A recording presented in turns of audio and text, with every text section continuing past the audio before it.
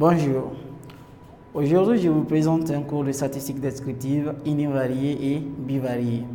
Alors, je suis Dakalia Kone, assistant à l'Institut des sciences appliquées, l'ISA, Université des sciences et techniques de Bamako et des technologies de Bamako. Alors, ce cours s'adresse aux étudiants en option chimie appliquée, alors semestre 2. Alors, ils sont en L1, bien sûr. Alors, maintenant, comme objectif du cours, on peut vous donner comment recueillir les données, présenter et résumer ces données, alors tirer des conclusions sur des populations étudiées afin d'aider à prendre des décisions. Alors, en présence des données dépendantes du temps, savoir faire une prévision. Alors ça, c'est quelques objectifs qu'on donne, alors qu'on va essayer d'atteindre à la fin de ce cours. Maintenant, alors pour atteindre ces objectifs, on va essayer de savoir qu'est-ce que la statistique. Alors, nous dirons que la statistique est l'étude de la collecte des données, leur analyse, leur traitement, leur interprétation et leur représentation afin de rendre les données compréhensibles pour tous, comme c'est plusieurs cibles qui étudient la statistique. Alors, pour cela, on va donner quelques définitions. Alors, comme première définition, nous donnons une définition un peu l'épreuve statistique. L'épreuve statistique, ça va dépendre d'une expérience. Alors, l'expérience, c'est quoi? L'expérience est l'étape préliminaire de toute étude statistique. Alors, pour cela, il s'agit de prendre contact avec les observations. Alors, si vous prenez contact avec les observations d'une manière générale, la méthode statistique sera basée sur le concept suivant, alors les épreuves que nous définissons en une expérience que l'on provoque.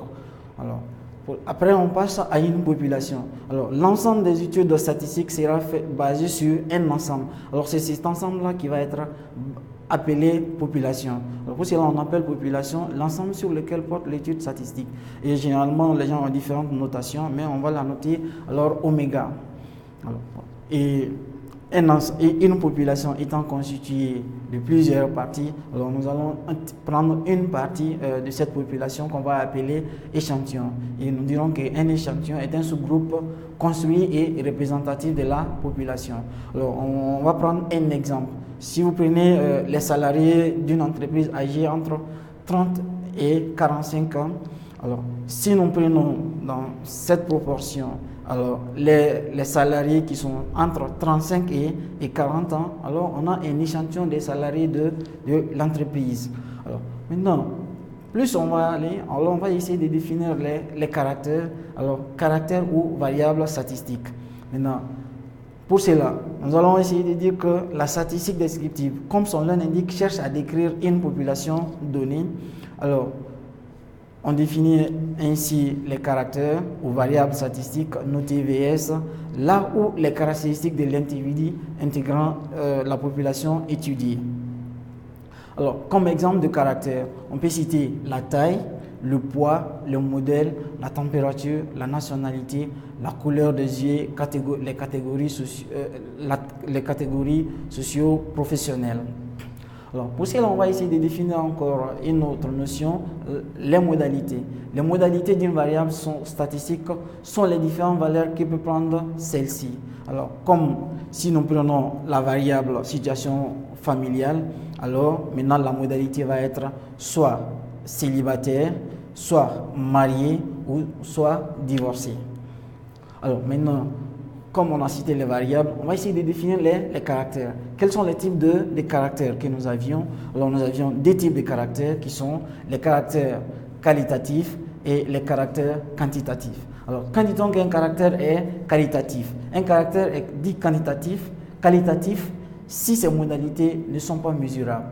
Comme exemple, vous aviez les sexes, la profession et l'état matrimonial.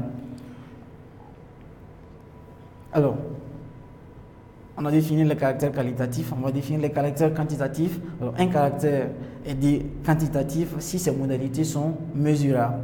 Comme exemple, on peut citer l'âge, la taille de vie et ou le salaire d'un individu. Alors, Après, on passe à une autre définition des séries statistiques. Comme son nom l'indique, une série statistique va être une suite des observations d'une ou de plusieurs variables relevées sur les individus d'une population. Exemple, on peut citer les notes des étudiants